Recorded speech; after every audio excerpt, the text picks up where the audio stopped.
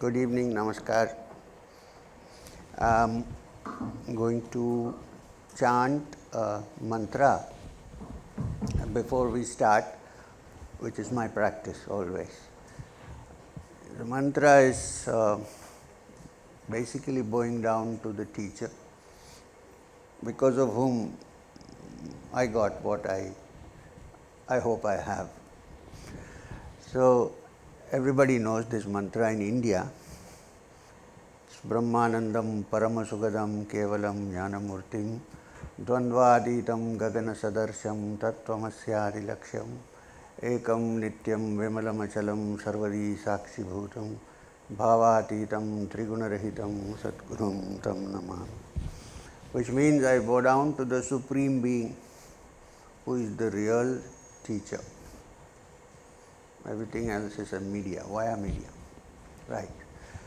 So, the subject given to me today, I didn't ask for it, but it was given to me, is, I don't know why they added Krishna's flute in the front, but it's nice. And Gita, as the Bhagavad Gita's relevance today, something like that, right? Okay. So now let's start with the Bhagavad Gita. First, for those who don't know, it's part of what is called the Prasthanatraya.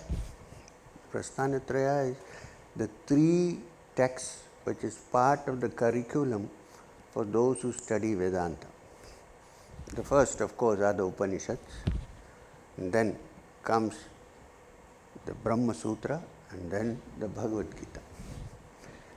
Now, as far as the Upanishads are concerned, it's not so easy to understand the Upanishads, though I have been trying to simplify it as much as I can and spread all around the world that please read the Upanishads, they are not so complicated. But they are a little bit, I must admit. Then there is the Brahma Sutra, which is really very complicated. It's not complicated, it is very profound. And imagine a scripture, a text that starts with Atato Brahma Jijna, here begins the knowledge of the Brahman. So you have to see what is Brahman, what is knowledge, so it's complicated. However, the Bhagavad Gita, while it contains the essence of Vedanta, it's so simply put and so nicely given. And it is a dialogue between Krishna and Arjuna, like a dialogue between you and me. So, this is the importance of the Gita, that the essence of the text which we discussed, which we referred to, is so simply given and taught in the Bhagavad Gita. Even the great sage Vyasa, who wrote the Bhagavad Gita, describes the Bhagavad Gita as the essence of the Upanishads. In fact, in the beginning, before the Gita starts, there's always the introductory verses. One of them he says, if you consider all the Upanishads as cows, in ancient times cows were very important. Sarvo Upanishato Gavo, if you consider all the Upanishads as the cows. Dugdha Gopala Nandana, and if you conceive that Krishna is the one who is milking the cows, the Upanishads, then Sudhir Bhokta, which the wise enjoy, Partho Vatsaha, in which Partha, Arjuna, is the calf. You know what happens when the calf hits its head against the udder of the cow, then milk flows. And Dugdam Gita Amritam Mahat, this is the great Amrita of Gita that comes from these. So the essence of the Upanishads is the Gita. Before we go into this, I want to say why probably the flute was put in there, because we always identify Krishna with a flute. If you read the Srimad Bhagavatam, many educated people don't read Srimad Bhagavatam, not the Gita. They think it's some kind of stories put together. Well, we should. You'll find that there are many chapters of the Bhagavatam. But people usually go straight to the 10th canto where Krishna is dancing with the gopis. There are many, much before and after. You should also remember that if Krishna is dancing with the gopis, he is only 12 years old. Please, let's not take it to some other kind of imagination. So, anyway, so now, the Gita itself is called Gitam. Srimad Bhagavad Gitam. So, what is the Gitam? Song. So, loosely it has been translated as the song of the Lord. So, what is the connection between song, music, flute that connects Krishna and me and you and me to the Gita? What is the connection? Now, do you realize, I'm sure you do you realize that all of us think in a language? I don't know if you even thought about it. Every one of us thinks in a language. You try thinking something. You may think in English, or you may think in Gujarati, but when you talk, you use the language which you communicate with. You might think in Malayalam, for instance. But when you talk, it's in the language which people will understand. So, you look at every thought, there is some language there. Now, we are asking the question, is there a thought without a language? But language is good, it helps to communicate, but language also does not express the absolute because it has its own limitations. Language unites, language also divides. In the ancient Old Testament, in the Old Text, you will find a story of a king whose name was Nimrod. Nimrod, the king, become so mighty that he decided to build a multi-story, a skyscraper, literally a skyscraper, where he would walk up to the top of the terrace and fire an arrow which would hit God's throne. So, lots of people came to work. Those days we don't know what language they spoke, okay? Maybe mind language, maybe. They all came. And he went up and he shot the arrow. Arrow didn't hit God's throne, it hit the footstool. Anyway. And then what happened? The punishment came, not in the form of thunder and lightning and floods. Very simple. Everybody started speaking in a different language. And one could not understand what the other was saying. And there was a big fight between people, and the whole Nimrod's palace collapsed. This is the story from the Old Testament. Everyone started speaking in a different language. There was a general cacophony. Do the young people read Asterix? You will see cacophonic sitting with his harp. So, anyway, therefore, what it means, the story means, is that language is limited in its use. Many of the things that are lofty cannot be expressed through language. The Upanishad says, Yad vacha na bhyutitam, that which words cannot explain. When you're really interested in something which you're reading, what happens is, while the words are there, you begin to see the essence of it. You read between the lines. This is the most important thing. And a great writer always writes in such a way, you're not caught up by the word, but you're caught up by the essence of it. Ask him. So, so what happened? So why did I bring this example about it? There is one thing which is the link between that which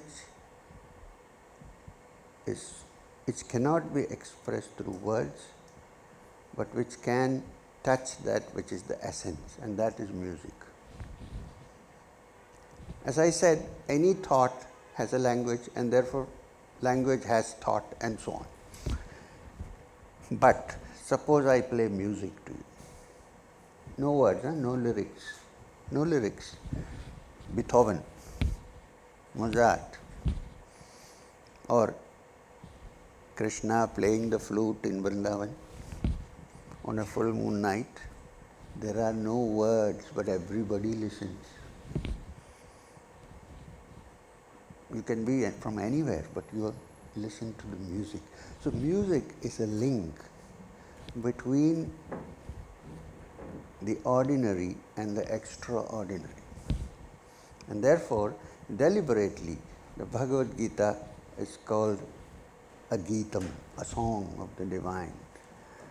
It is said that when Krishna played his flute, even the little creatures gathered to listen to it. And from the yogi's point of view, if you look at a flute, have you heard of a solid flute anywhere? Can you make music out of a flute made of solid wood? It has to be a hollow bamboo. A bamboo is hollow, and it has 7 holes in it, the flute, the traditional flute.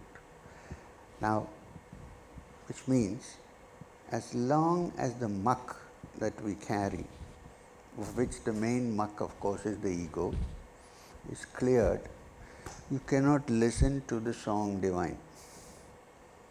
And for that you need a hollow flute. You can't have a solid flute. You can't take a flute and stuff it with clay and then try to play it. It doesn't work. Emptiness is required. How does emptiness come? Through the humility of understanding that I don't know. It's very difficult to say I don't know. Everybody knows. I know, you know. Can anybody? I don't know. It's very difficult to say. It's not right to say I don't know, right? If I say I don't know, you say, what is he doing on the stage? So, this flute is a symbol of music. It is a symbol of the divine that is beyond words. It's a symbol of that which cannot be expressed even with words. It's the link between this and that which is extraordinary, between the ordinary and the extraordinary. And strictly from the yogic point of view, the flute is the Sushumna Nadi, the central Nadi in the human system, which has 7 chakras, 7 centers, the 7 holes. And if you empty it and clean it up, then Krishna picks it up and plays beautiful music. This is the reference to the flute that I didn't put it. Whoever made the title put it in, but I had to explain because it was there. Okay, now let's go to the main body of the Bhagavad Gita. As I said, it's the essence and simplified teachings of Vedanta. It has 18 chapters, like the big golf links with the 18 holes. And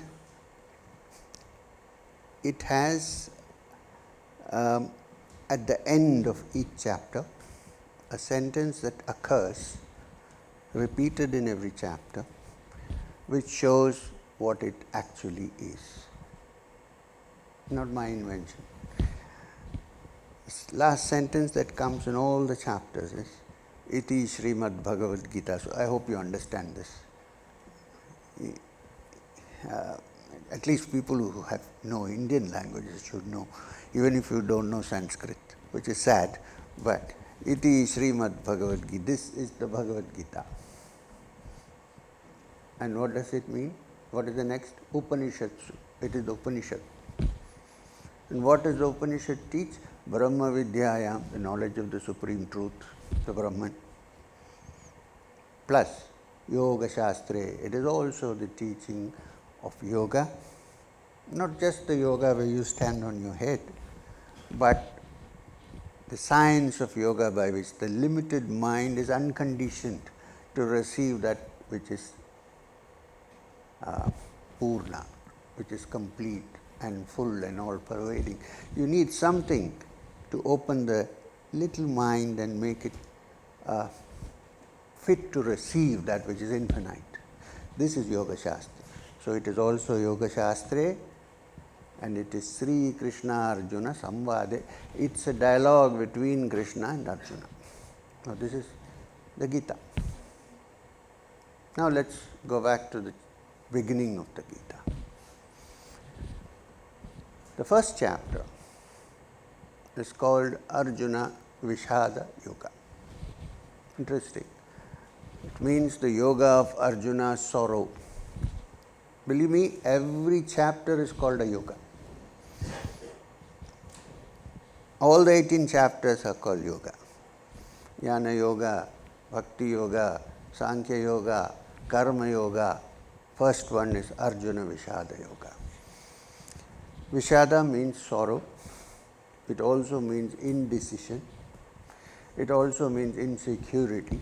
Sanskrit has many meanings to one word. Basically, it means sorrow and indecision. So, therefore, it's very appropriate that Vyasa made the first chapter as the chapter of Arjuna's sorrow, considering the fact that in this case we are all Arjunas in some way. You know why? It's when indecision comes, doubt enters, when there is sorrow, that the human being begins to think even, is this all there is or is there something beyond? Suffering brings this about. I'm not saying you should welcome suffering or voluntarily invoke suffering. I'm not saying that. But it happens. It's when you get a good shot, a good blow, that one begins to think, oh my God, there must be something beyond. It can't be just this. Right? So therefore it is Arjuna Vishada Yoga. Yoga of Arjuna's sorrow. And Arjuna is at the crossroads. Now look at this. Here is a text which was supposed to be preached on the battlefield. So the Gita lays down how to lead a yogic life in the midst of this battlefield of life. We don't have to actually create a battle and go there. This battlefield of life where we face many problems, enemies, and so on, and sorrow and pain. This is the world where you can practice the Gita. It's not meant for only people who sit in the caves and meditate. Actually, if you go and sit in a cave and meditate, you even won't know where you stand. But there's nobody in the cave, right? I told my master, Babaji, one day, I want to meditate for 10 years in this cave. I said, first he called me a Buddhu. It doesn't matter. It's not Buddha, Buddhu. And then he's an idiot. And then he said, look, suppose you meditate for 10 years in the cave and 10 hours a day. At the end of it, you say, oh, now I'm a free man. I'm free of anger. I'm free of jealousy. How do you know? You can't be jealous of the cave walls. You can't get angry with the cave. There's nobody there. You cannot know where you stand. So when you come out of there, get into a bus, and somebody kicks you on the foot, especially with a stiletto heel, then you know where you stand. Right? So Gita therefore specifically aims at making you perfect and free in the midst of this battlefield of life. This is the importance of the Gita. And it's as relevant today as it was 1,000 years ago. because we are all in this battle. It's not as if we are away from it. This is the importance of the Gita, that it teaches you how to tackle life, how to move forward, how to be sane and balanced and at the same time survive in this world and ultimately to attain moksha. Now, so beginning with this, it goes on to Sankhya Yoga, Karma Yoga, Dhyana Yoga and so on, so many chapters till Sannyasa Yoga, till the end. Of particular interest to me is the chapter called Bhakti Yoga, which comes as the 12th chapter. Now, among many so-called educated people, bhakti is not a good word. It's like better Jnana Yoga, intellectual yoga. But then the Upanishad says that the person who is the most intelligent would very soon discover the limitations of his or her intellect. Once you have discovered that, you know that this is not the way, there's something else. You can't proceed. So anyway, the 12th chapter.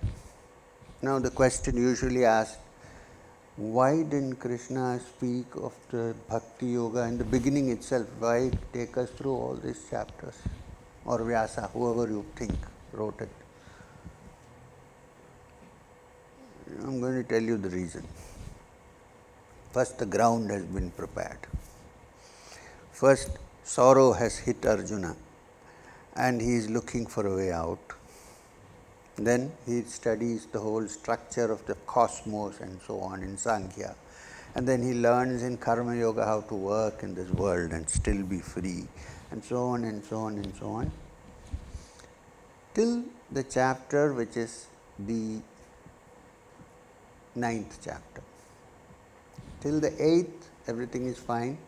Arjuna is sitting and riding on the chariot.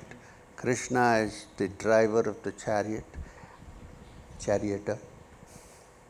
and they are good friends, they are relatives. So the talk is like exchange of thoughts.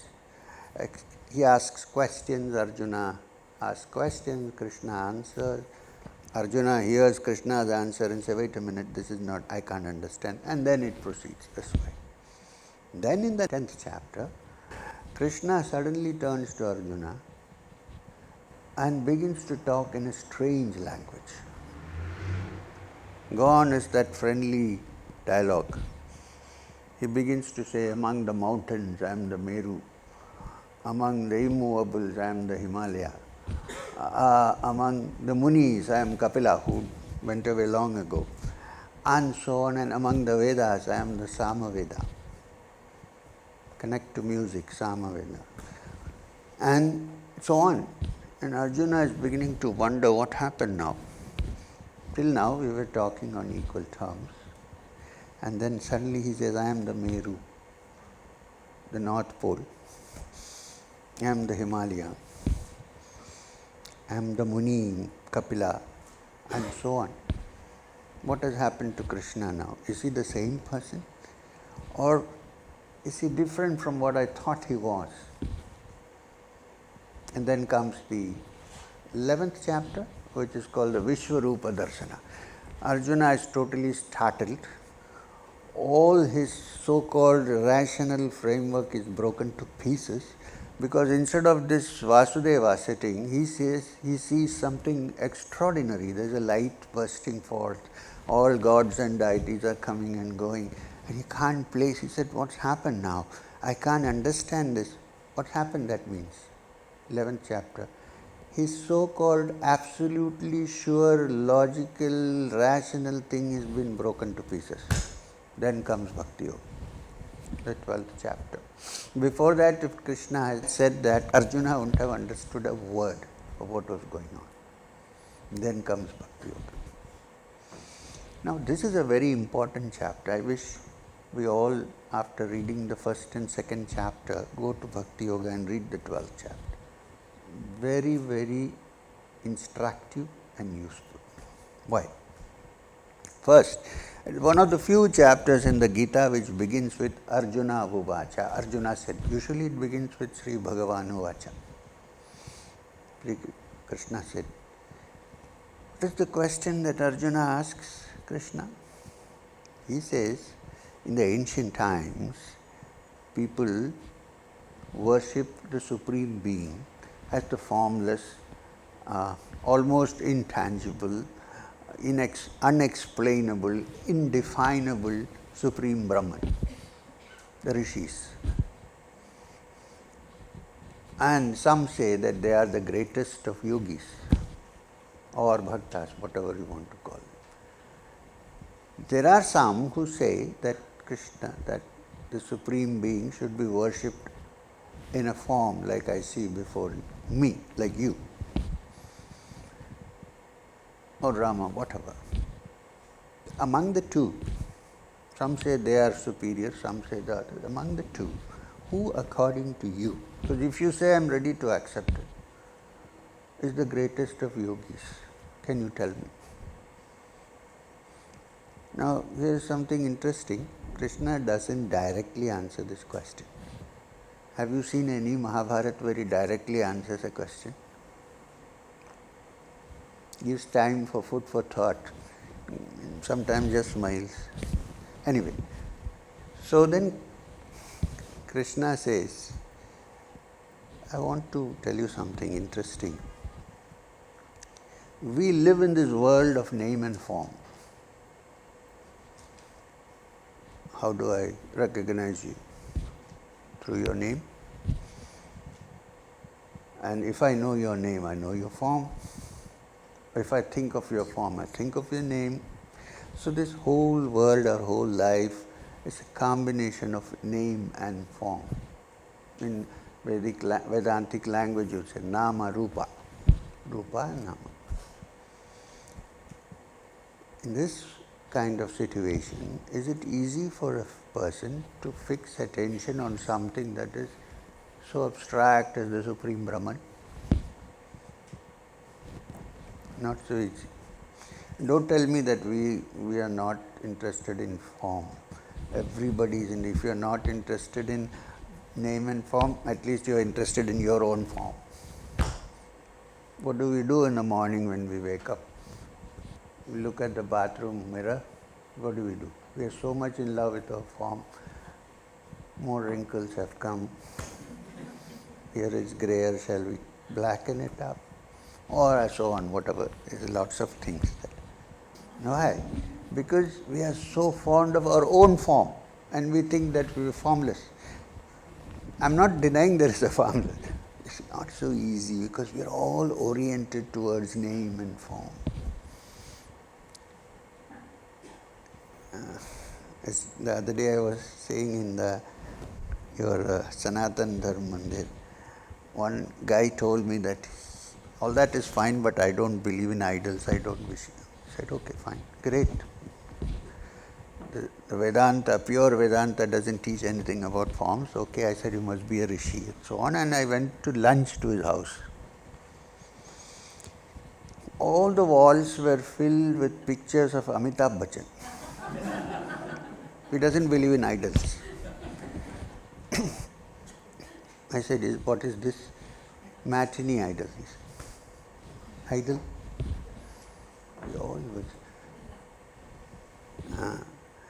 If not something in your home, it's something in somewhere we worship images. So Krishna says, so it's not so easy. However, the great rishis considered the Supreme Being as a formless, which is true also. But that is not important. It's not how you conceive of the Supreme that is important, because after all, it's your conceiving of it. Nobody knows what it is. I didn't say that, I am saying. So, said the mode of worship is not important. However, if a yogi or a bhakta, because in this chapter, yogi is interchanged very often with bhakta. Bhakta same priya, that bhakta is dear to me. That person, no matter how he looks at the Supreme Being, with form or without form, after all, it's your way of looking. Nobody knows about it. That's not important. But if this person we are referring to has some attributes, then I consider that person to be a great yogi or a great bhakta. Doesn't matter what mode he worships the divine, but he needs to have some qualities, some attributes.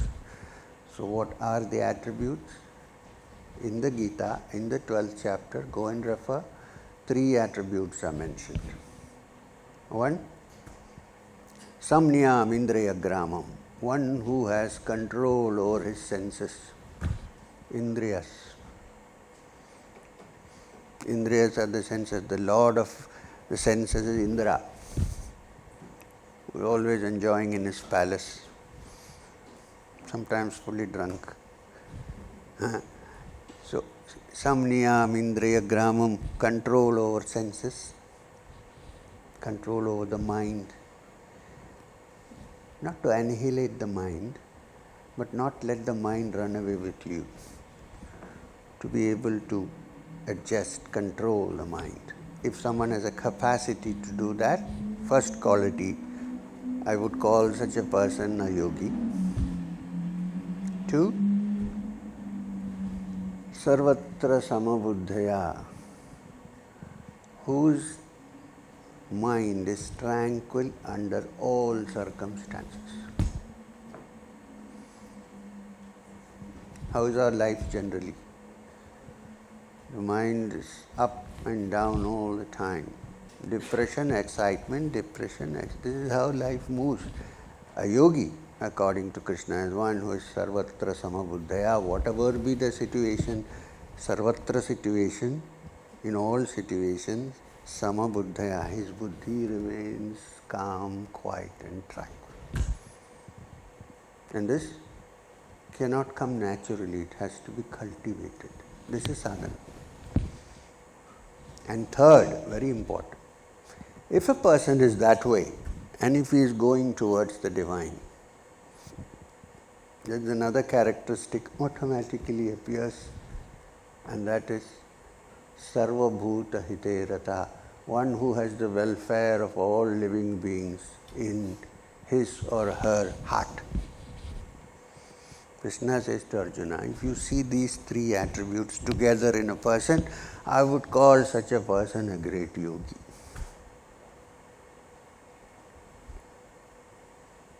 No matter whether he considered the divine as with form, it doesn't matter, without form, that you can discover when you go.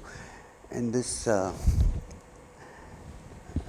would like to say something interesting, personal. I know I was wandering with Maheshwarnath Babaji, my guru. So very sometimes people used to come to discuss and sort out their differences to him. We used to sit somewhere on the rock or in a small kutir somewhere. People used to come. Once there was a big fight between the Shaivites and the Vaishnavites.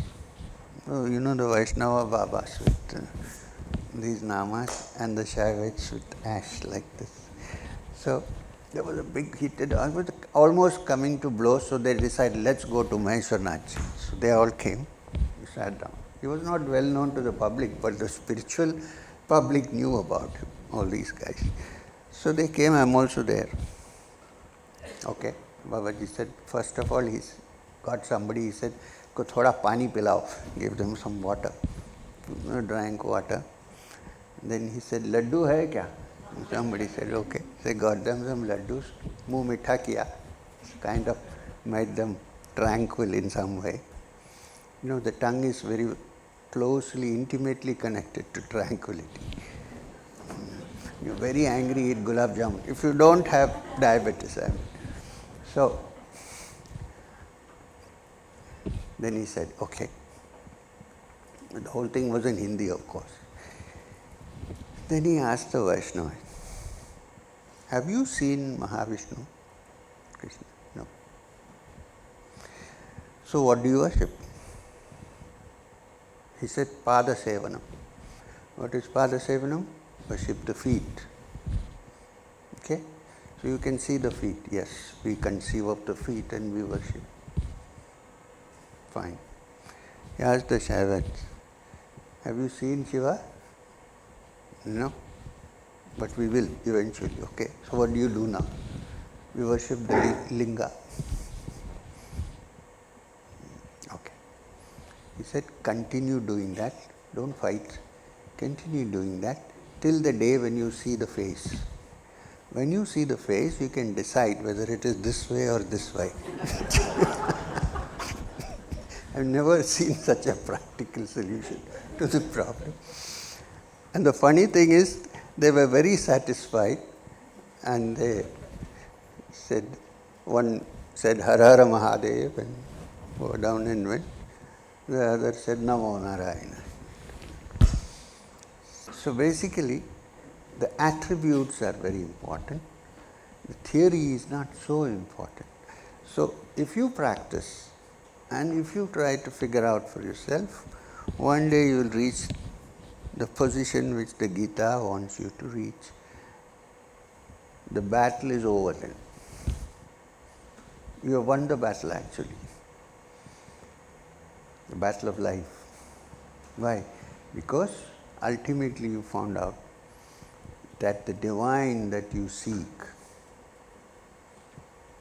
the divinity that you seek, the truth that you seek, a spark of that divinity is in your own heart, in the Hridaya. If you read the Srimad Bhagavatam, among the stories that are given about Krishna and Rama and various deities, every now and then the author stops and says, remember that the spark of the divine is in your heart and the aim of life is to find Narayana. Now this is the most important thing to consider. So when you go home, if you don't have right now, get yourself a copy of the Gita. Many good translations are available. Read it from chapter 1 onwards carefully till the end. Don't stop in the middle and say, I'm bored. And then perhaps you get the essence of what I was trying to say here. So, now if you have any questions, it's 7:15. We have 15 minutes. 7:30, 7:45. The questions are interesting, I might go a little more. So, just as there was a samvad between Krishna and Arjuna, unfortunately I am not Krishna yet, so we can have a dialogue. Now please understand the difference between a dialogue and an argument. An argument is when you have concluded that this is right, and I have concluded I am right, and then we are trying, it never works. That's an argument. What is a dialogue?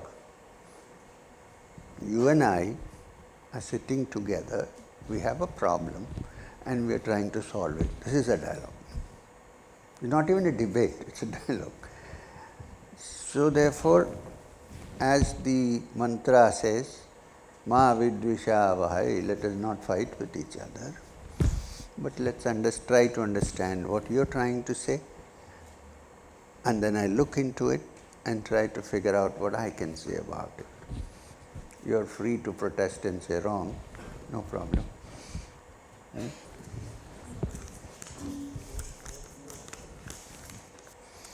Have you ever had sunny moments with Babaji?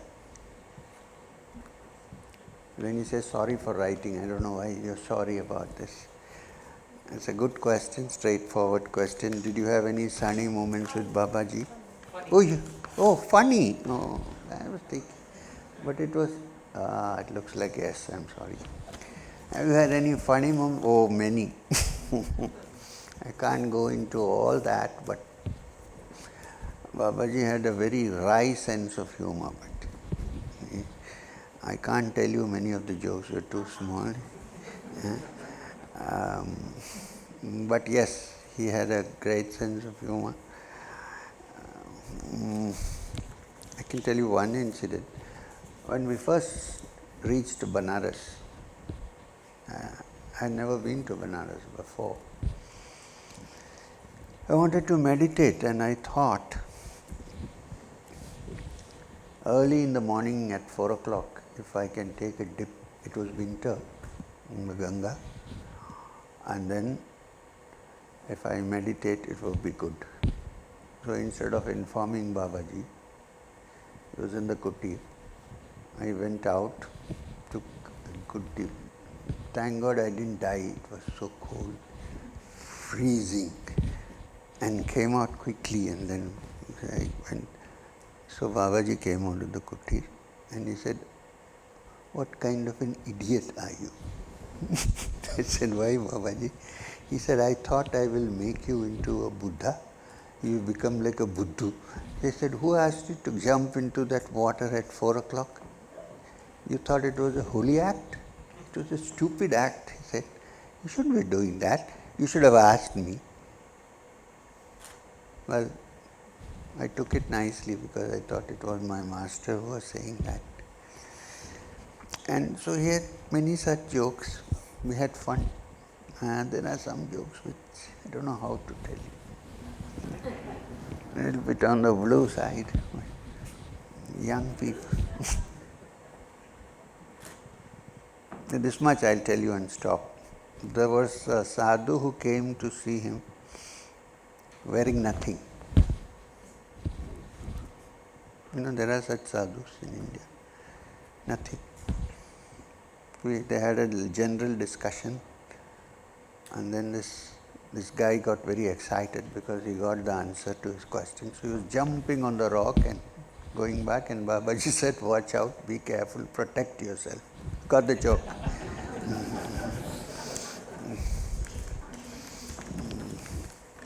In Hindi, all in Hindi. संभाल के जाना बाबाजी से कुछ हो जाएगा. Here is a serious question. Are all events in our life, including the bad ones, a result of our karma? How does one know for sure? Okay, let me define the theory of karma. The theory of karma is a theory of cause and effect. Theory of karma believes that, in the theory of karma, one believes that if you have any effect, it has to have a cause. It cannot be a causeless effect. Therefore, anything good that happens, anything bad that happens, has to have a cause, and that is the law of karma that you have caused it to happen. As you sow, so you reap. It need not necessarily be the past birth, it could be this birth also. If you believe in past birth, that's a different story. It could be this birth also. So if you're getting some result, you certainly would have initiated a start somewhere. You must have sowed the seed because of which you are having an effect. The act may be good or the act may be bad, depends on good or bad.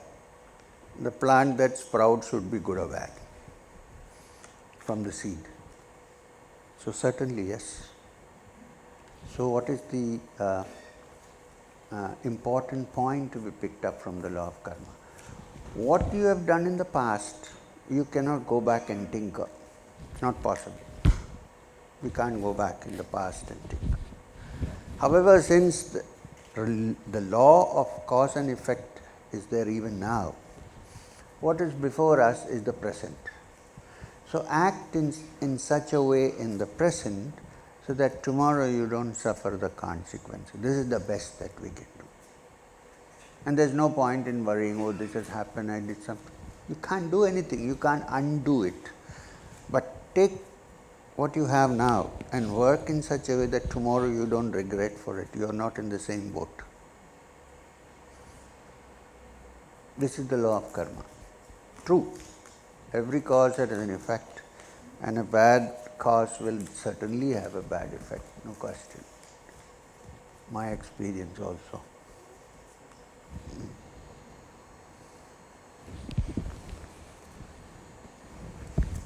Can a belief in science and the Bhagavad Gita coexist? Or does a belief in one eliminate the other? No. Not only the Bhagavad Gita, leave alone the Bhagavad Gita, all the ancient texts which teach you about yoga, Vedanta and so on are very much complementary to science and not the antithesis of science. There is some wrong impression gathered somewhere that when you are going into this, then you are not. No. These are as scientific. If by scientific you mean that you are going to find something through inquiry, if by scientific you mean that if you experiment and find out you will accept it, then it is a science. Bhagavad Gita also is a science. If you think that science is only applied to material sciences, then you are on the wrong path. Look, today in our lives, is it enough that only our physical body is taken care of? What about the mind? Now here you are entering an area which is not so concrete, the mind.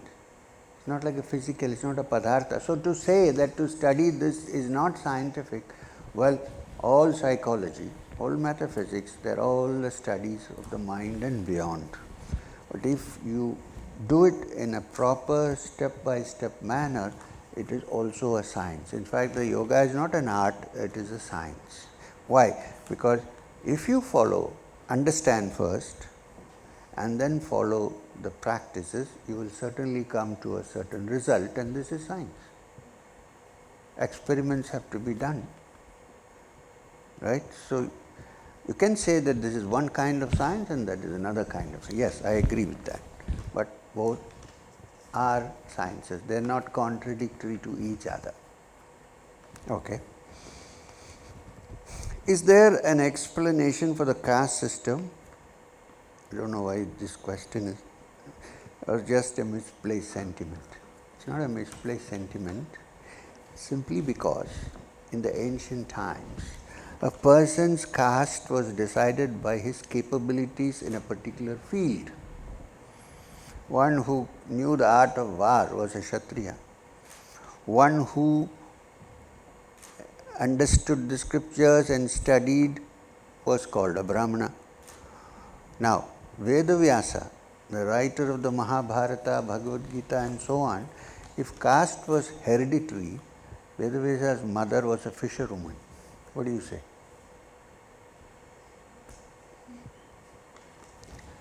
The fact was that it's quite natural that if I am appreciated, I would like my children also to be appreciated.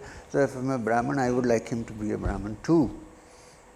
Like today in Hollywood, if somebody Bollywood, I don't know about Hollywood. Bollywood, if there's an actor, naturally his son also becomes an actor and his grandson also becomes, there may be many talented people outside. How come? This is also caste, this is the acting caste. In fact, Manu says, a person who is born a Brahmin and does not work or act or think like a Brahman should be called a Brahmana Bandhu, relative of a Brahmana.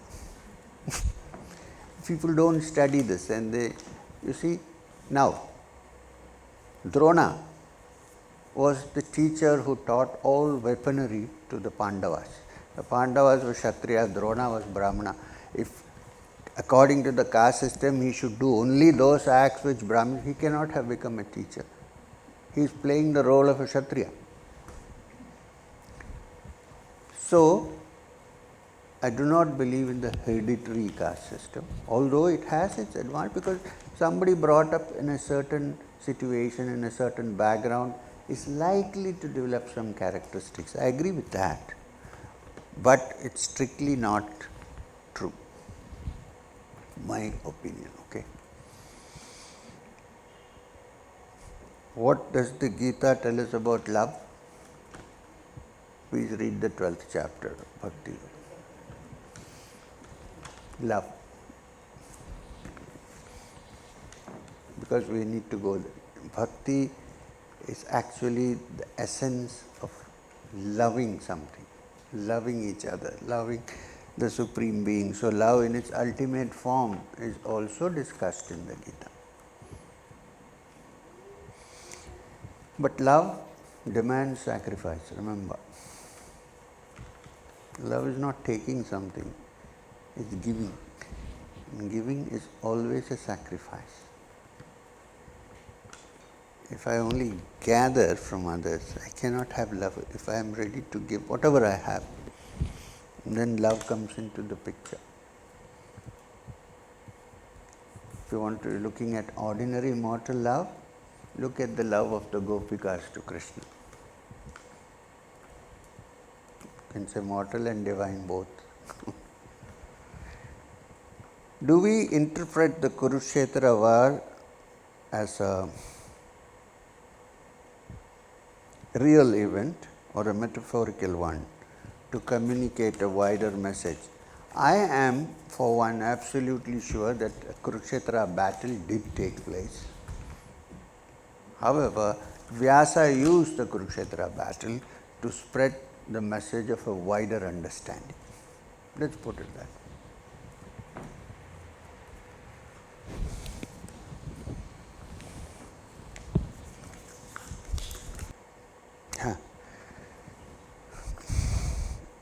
Moksha, now I'm looking in I'm wondering when I would get moksha from here. Moksha is said to lead to cessation of the cycle of birth and death. But why is this important? What exactly is the problem of being born again? Why moksha? This is the question. No, good question. Seriously, if you are always happy, always, with no sign of pain, no hint of sadness, no problems, then who would want to have moksha?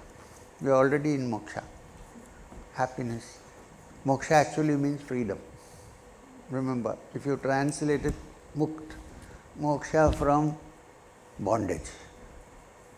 Now please think about this. Why do people look for getting free of something? Because it is painful. It is always happy. Nobody would want to get rid of something. So intrinsically, life is not just happy moments, but also pain and sorrow. It happens. From childhood onwards it happens. And therefore some people said, is there a permanent solution to this? Or are we to remain in this cycle? Now, moksha also means cessation of rebirth, as mentioned here. Yes, which means anyone who has a desire comes back. And if you come back, you will have to go through the grind. If you don't want to go through the grind, then you don't want to come back. If you don't want to come back, that's called moksha. So, if you really want to come back and you don't mind the pain and the sorrow along with these little snatches of happiness that we get, you are welcome to come back. Moksha is not a compulsory thing imposed upon anybody.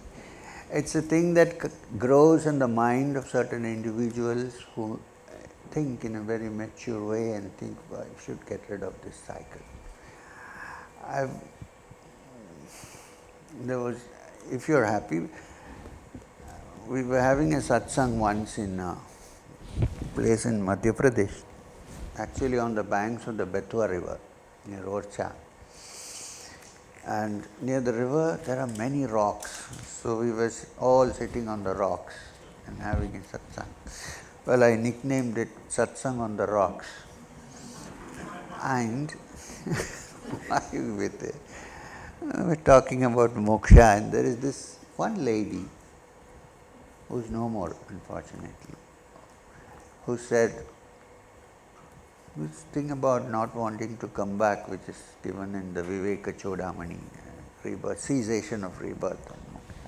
But I want to come back. So why? I said, why? She said, and she was a vegetarian. She said, I like my dal, I like my roti, I like. Believe me, not a young girl, but elderly lady. So I said, okay, if you want to come back, it's your choice. I didn't ask you to take moksha. We're discussing. But believe me, after some years, this lady fell into such trouble. I'm not responsible for that. That she came back to me and said, one day, I understand what you mean now. I want to be free of this. I said, that is moksha.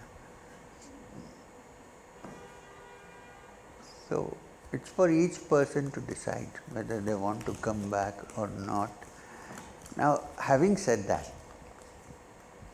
if somebody has attained moksha or nirvana, let's say, another word in Buddhist terminology, in certain schools of Buddhism, there is a concept which is called the bodhisattva. In most people want to become perfect and attain nirvana. They're called arhants. There are some whose heart is so soft that they put one step across this world into nirvana. They see any time they can put the other foot in, but they say, wait. There are so many people suffering because they don't know about it. So may I be born again and again if I am able to take one human being into nirvana and come back. This is a deliberate coming back. There have been also cases of yogis who have come back not because they were interested in coffee, but because they were interested in bringing others also into the fold, and therefore knowing pretty well that suffering is part of coming into this world. But the heart is anchored to the divine, so suffering is on the surface, it doesn't touch deeply.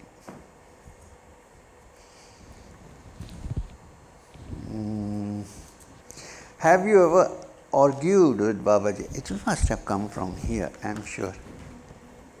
Yes, I have.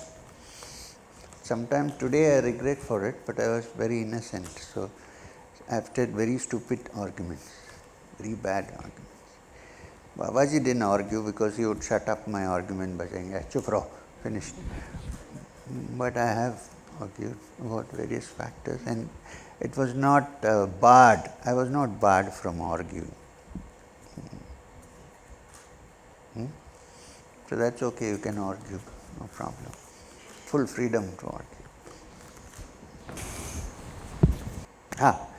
This is the last question. I'm going to stop. There are a few more. I'm going to stop now because it's time. The path of spirituality is to see the truth.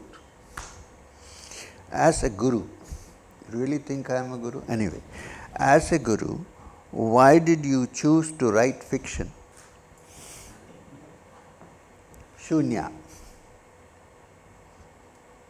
And not a book with more stories of your life while seeking the truth. And help seekers like us. Okay, let me put it this way. Very often, if you read fiction, you get many inputs from fiction which you probably may not even get by reading non-fiction. And some things which you cannot straightforward say, you can make it in fiction and put it in happily. So this is the reason why I wrote fiction. Plus, this is very interesting. When I wrote my autobiography, some people who know me close, of course, asked me, is this really real or is it fiction? And when I wrote the novel Shunya, which is fiction, which is written fiction there, many people asked me, are you sure this is fiction? It may be real. the borders between fiction and non-fiction are very thin. It's like a hair's breadth. So I wrote fiction to convey things which I cannot at this point convey through non-fiction. So there are many points which you read Shunya, you can pick up from that. Don't become like Shunya, because it is not easy for most people to become like Shunya. Shunya here is what in tradition is called an avaduta, a person who has broken free from all bondage. He behaves as he likes, no one can stop him. He is free forever. This is what I was trying to express in Shunya. So Shunya was not written to imitate Shunya. Shunya was written to present some points which I could not put in direct non-fiction. So, next, I hope nobody copies my idea. We have good ideas. I am writing a couple of books. I like to write one at a time, then another, and so on, till everything is over in 365 days. Little bit here, little bit there. Anybody knows Telugu here? It's like Tirupati Shavaram, little bit here, the hair. So I write like that. But one of the books I am really wanting to finish quickly is a book with children. You will be very interested in, the young. I want to write an Indian Harry Potter. Again fiction, but showing something which is non-fiction, yogic powers. So I want to call it the Indian Harry Potter. I'll have a name for it, I'm not going to reveal it now. The Yogi Boy. So we had comics called the Yogi Bear when I was small. So this is the Yogi Boy. As soon as it's ready, and you will enjoy it. I'll send it to you. So thank you very much. I think we need